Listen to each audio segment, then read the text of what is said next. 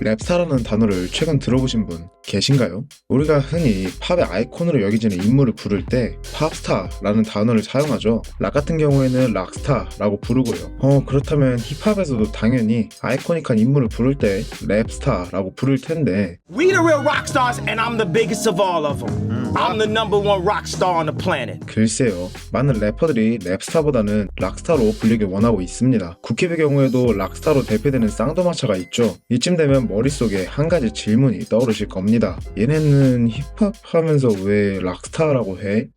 잠깐 시간을 1950년대로 돌려볼게요. 바로 락클락이 등장한 시기죠. 당시 미국은 여전히 인종차별이 만연한 그리고 보수적인 사회였어요. 고학력자, 전문직, 사무직이라는 타이틀은 백인들의 전유물이었고 이들 대부분은 제2차 세계대전의 여파로 보수적인 가치관을 지니고 있었죠. 그럼 그들이 보기에 저렴한 술집에서 야스에 대한 이야기를 스스럼없이 하는 블루스는 저급한 흑인들이나 향유할 문화였습니다. 자녀들이 이런 퇴폐적인 음악을 듣지 못하도록 막았지만 보수적인 기성세대의 통제에서 벗어나고 싶었던 백인 10대들은 블루스를 반항, 저항의 상징으로 여겼어요. 원초적 본능, 일탈, 기성세대에 대한 저항을 담아낸 블루스는 10대들을 매료시켰죠.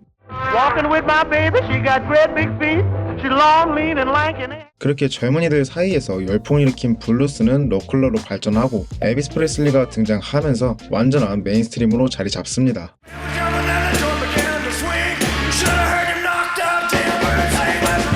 이후 비틀즈, 롤링스톤스 같은 밴드가 연이어 등장하면서 락은 대중음악의 주류로 자리 잡고 락커들은 사회적으로 엄청난 영향력을 갖게 됩니다. 그리고 사람들은 이들을 락스타라고 부르기 시작하죠. 그런데 락스타는 기존의 스타들과 개념이 좀 달랐어요. 팝스타들이 선한 이미지를 장착해야 했다면 락스타들은 저가라는 일관된 태도를 보여줬죠. 락스타들은 머리를 기르고 퇴폐적인 가사를 스스럼없이 뱉으면서 기승에 반항하고 제도에 불복종했습니다. 그리고 엄청난 부와 명예를 바탕으로 사회의 시선 따위에 아랑곳하지 않고 수많은 여성과 잠자리를 취하고 약을 해댔죠. 말 그대로 내 꼴리는 대로 산다 의 표본이었어요. 하지만 1980년대가 되면서 상황이 변하기 시작합니다. 먼저 마이클 잭슨의 등장, 그리고 24시간 내내 뮤직비디오를 방송하는 MTV 채널의 등장으로 인해 시각적인 요소에서 우위를 차지했던 팝 음악으로 대중음악의 주류가 이동하죠. 동시에 이 시기의 락은 메시지보다는 사운드에 집중하면서 그들이 대변하던 저항 정신은 옅어지고 상업화되기 시작합니다.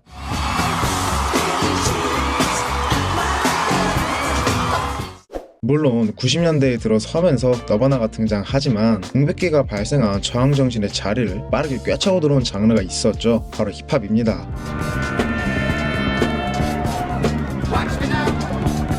1970년대 말 브롱크스에서 탄생한 힙합은 80년대에 들어서면서 인종차별, 반전운동 같은 사회 비판적인 메시지를 노래하기 시작합니다. 그렇게 락이 갖고 있던 자유, 저항 같은 시대 정신의 대변이라는 장점을 빼앗은 힙합은 급속도로 성장하기 시작하죠.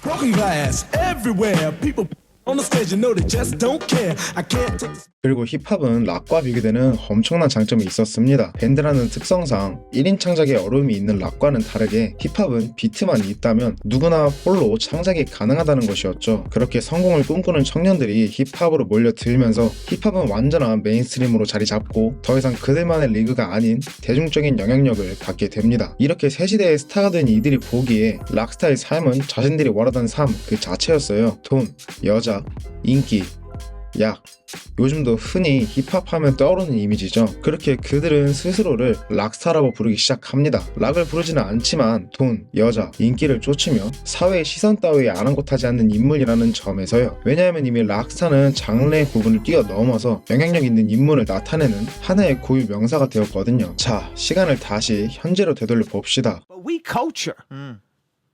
Rap the new rock and roll. We culture.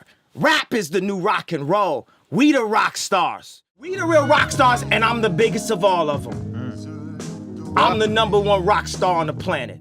자신을 지구상 최고의 락스타라고 부르는 카니는 수많은 논란에도 불구하고 자신의 생각을 드러내는 것에 거리낌이 없고 그의 문화적 영향력은 여전하죠. 비단 음악뿐만이 아니라 다방면에서요. 한편으로는 아예 락에서 기반한 음악을 하는 래퍼도 있습니다. 바로 릴 우지 버트인데요. 그가 2017년 3월 발매한 엑소 투어 라이프 3는 힙합씬에 이모랩 열풍을 불러일으켰습니다.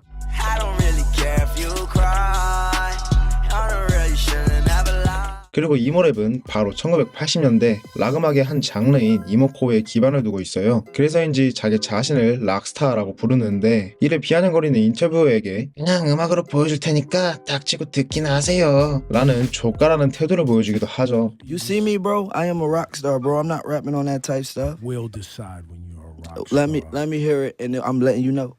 I'm letting you know. 국힙 래퍼 중에선 누가 있을까요? 뭐 많겠지만 저는 CJ만 꼽고 싶습니다. 락커를 연상시키는 그의 패션과 풀어헤친 머리, 금기시되었던 단어를 제목에 박는 패기와 끝내 음악으로 대중들을 설득시키는 능력까지 봤을 때 락스타라는 말이 어울리는 래퍼라고 생각합니다. 그런데 무엇보다 중요한 건 단순히 음악이 어떠냐에 따라 이건 락이다, 팝이다, 힙합이다 장르를 구분할 수 없다는 거예요. 좀 더 포괄적으로 봐야 합니다. 이게 무슨 말이냐면 저마다 구별되는 장르 고유의 문화를 봐야 한다는 겁니다. 예를 들어서 힙합이라 함은 단순히 랩만으로 정의되는 것이 아니라 스트릿으로 대표되는 패션, 그들이 살아가는 태도, 마음가짐, 관심사 같은 하나의 커다란 라이프 스타일을 아우르는 말인 것처럼요. 결론적으로 단순히 음악 하나만 보고 이 음악은 이런 장르니까 이 아티스트는 이렇다 라고 말할 수 없다는 겁니다. 그가 향유하는 라이프 스타일이 어떤 건지를 봐야 하는 거죠. 그렇다면 돌고 돌아서 앞서 말했던 락스타의 개념을 다시 한번 봅시다. 많은 돈과 여자를 갖고 있고 사회의 시선 따위에 아랑곳하지 않고 하고 싶은 대로 하는 영향력 있는 인물이라고 할 수 있어요. 뭐 요즘 래퍼들이랑 똑같죠. 대중음악의 주류가 힙합으로 넘어왔다 하더라도 랩이 탄생하기 이전부터 존재했던 락스타라는 단어만은 그 자리를 지켰고 그렇게 랩스타와 비교했을 때 단어가 주는 의미가 더 크죠. 바로 이런 점에서 오늘날의 래퍼들이 자신들을 락스타라고 주장하는 겁니다.